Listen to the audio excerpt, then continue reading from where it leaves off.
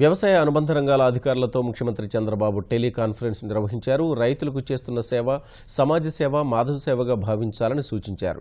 రైతుకు సేవ చేసే భాగ్యం లభించడం అదృష్టమన్నారు. వ్యవసాయాన్ని గాడిలో పెడితే సామాన్య ప్రజల ఆదాయం పెరుగుతుందని, తద్వారా పేదరికాన్ని నిర్మూలించవచ్చని గుర్తు చేశారు. భూగర్భ జలాలు గతేడాది కన్నా 2.5 మీటర్లు పెరిగిన విషయాన్ని ముఖ్యమంత్రి ప్రస్తావించారు. సాగుకు ప్రభుత్వం అధిక ప్రాధాన్యం ఇస్తోందని, వ్యవసాయ యాంత్రీకరణకు అదనంగా 246 కోట్లు ఖర్చు చేస్తున్నట్లు వివరించారు.